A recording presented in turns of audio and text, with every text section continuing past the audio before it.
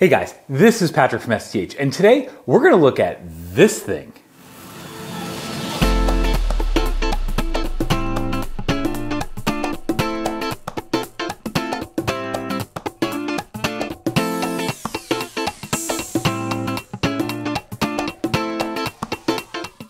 And what this thing is this is the MikroTik CRS305 1G 4S Plus IN. Now you might be wondering, what does that mean? Well, let's see. CRS means it's one of their switches, 305, 5 ports, and those 5 ports are 1 gig Ethernet port, that's the 1G, and then you get 4S Plus, which are the 4 SFP Plus 10 gig Ethernet ports, and then IN, which means it's a desktop switch, not a rack mount switch.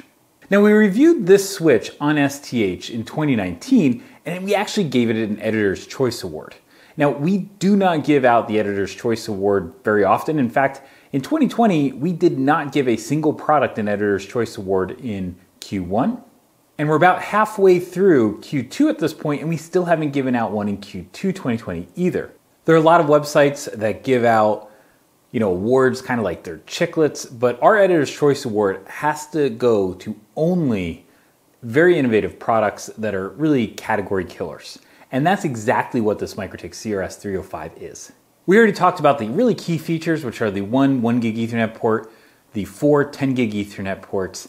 And that's actually pretty interesting in itself. It's one of the smaller 10 gig Ethernet switches that you're gonna see. But perhaps the kind of coolest thing about it is that it's not an expensive switch. This thing is a $139 list price switch. And if you kind of look at what the street price is, call it about $120 plus or minus 5-ish.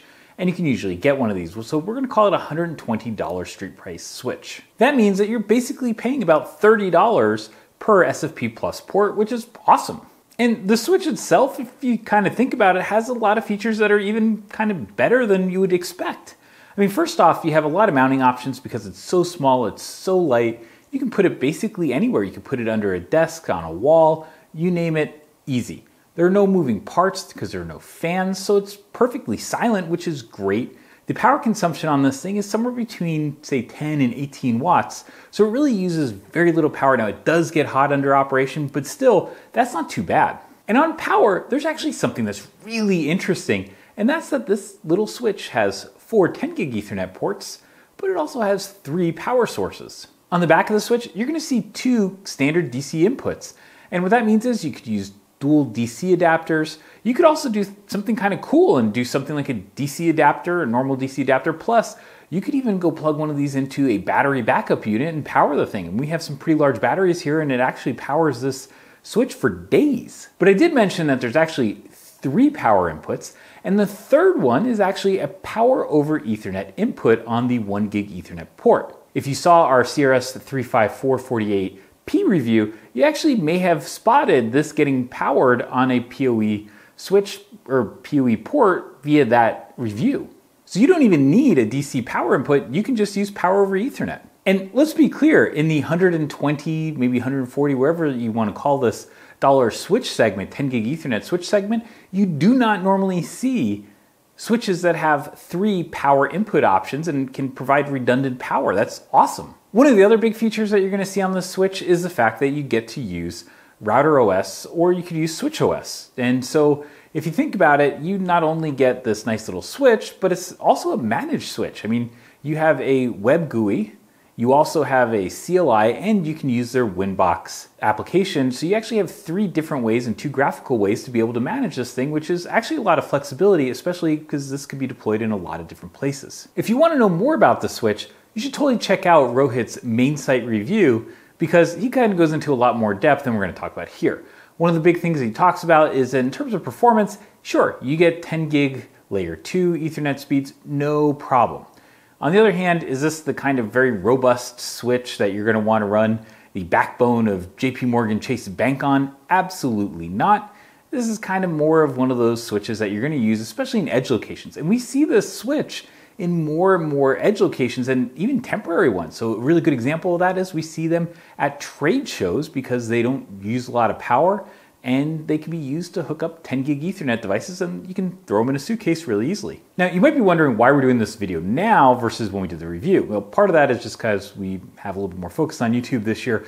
But the other thing is actually, we had a pretty interesting discussion internally. So Rohit and I were talking about this, and the reason that this little switch is here and we're talking about it today is because I pulled it out of the network. And one of the really interesting things about this switch, now, number one, it's a great value. We laud it for how innovative it is, and really it still has no competitor, even though it's been out on the market for a while. I mean, this is actually a really kind of cool switch, but on the other hand, we pull it out of networks all the time. And that's kind of a weird thing to say, right? I mean, you have a switch that we say, this is our Editor's Choice Award. We barely ever give those out. I mean, I think we've given out less than half a dozen by the time this video is going to get published. We've given out less than half a dozen Editor's Choice Awards, and this switch actually won one, and yet we pull it out of our networks all the time. And the reason for that is actually kind of easy to understand, I think, and that's because, well, this only has 4 ports. What ends up happening is we build these little clusters and we say, oh, well, 4 ports is great, but wouldn't it be awesome if we had 4 devices or 5 devices? And it turns out that one of the ways that you kind of can think about this switch is that you have a 1 gig Ethernet port, and that's really should be used for management. I know a lot of people think like, oh, well, there's a 1 gig Ethernet port, I'm gonna put that into my 1 gig switch. That's not something we would recommend. Use that as a management port, power over Ethernet input port, but probably not like a data port, right? Instead, what you can do is take a 10 gig Ethernet port and directly take that to a 10 gig SFP plus switch. And MikroTik makes some really inexpensive options there that are great with this. A good example will be the CSS326. There's a new CRS326 24G 2S plus IN switch that's just coming out, but we haven't reviewed that yet. But still, CSS326 24G 2S plus RM, I think, is a really good option for something like this. And you take a 10 gig Ethernet port, you put that into the 1 gig switch, and there you go, you have a nice little network. But that kind of leads to a little bit of a problem, and that problem is that you then only have 3 ports. Now, for a lot of networks, having 3 10 gig Ethernet ports that are available for devices is perfect, right? You could have a workstation, a NAS, or 2 workstations and a NAS. You could have something like a 3-node cluster, so something like our HPE microserver Gen 10 Plus cluster that we're using. That actually is why we were using this switch a little bit ago, and also why we pulled it out. But that's a really good example of you could have 3 nodes, put them on 10 gig Ethernet, and have a switched network rather than trying to do some kind of kludgy direct attach thing. You can just make it really easy on yourself. And so, that is a really good use case for the CRS305. But we keep pulling these things out. And the reason is that we keep going to bigger and bigger switches. So, 3 nodes is nice, but then somebody says, hey, what if we did 5 nodes instead of 3 nodes, and then we need a bigger switch? We go up to the CRS309 1G 8S plus IN switch, and we have a review of that one as well. Rohit has a nice review online, and so you can definitely go check that out. So while this switch ends up being one of the lowest cost switches, it's also probably the most vulnerable to going up to a bigger switch. And so what we would tell anybody watching this video and any of our readers is, if you're thinking about buying this, the number one reason you should not buy this switch is because if you think you're gonna need more 10 gig Ethernet ports, you should go buy the bigger switch to start out with, because otherwise you're gonna end up with this, and you're also going to end up with another 10 gig Ethernet switch. Now, if you're like us, this little CRS305 just keeps getting recycled. There's always some new use case for it. And frankly, if you have the budget and you have a little lab environment or something like that, this is one of these ones that you should just have on hand, because it's so handy to just set up a really quick 10 gig Ethernet network without having to think about it, having a lot of drama. They're inexpensive, very easy to have, and they're small, so you can mount them just about anywhere. If you're building a little edge location, easy. You can hide it almost anywhere. Overall, take a look at the MikroTik CRS305, because I think it's actually something that there's just no parallel to in the market. And that's kind of weird. I mean, this has been out for now, quite a few years, quite a few quarters. We should see something that's competitive, but we don't at this point. And that kind of just tells you that it's super useful. And if you go look at our reader feedback, especially in the forums or elsewhere, people say like, hey, I bought one of these things. It's not the fanciest switch in the world, but it basically does everything I need it to.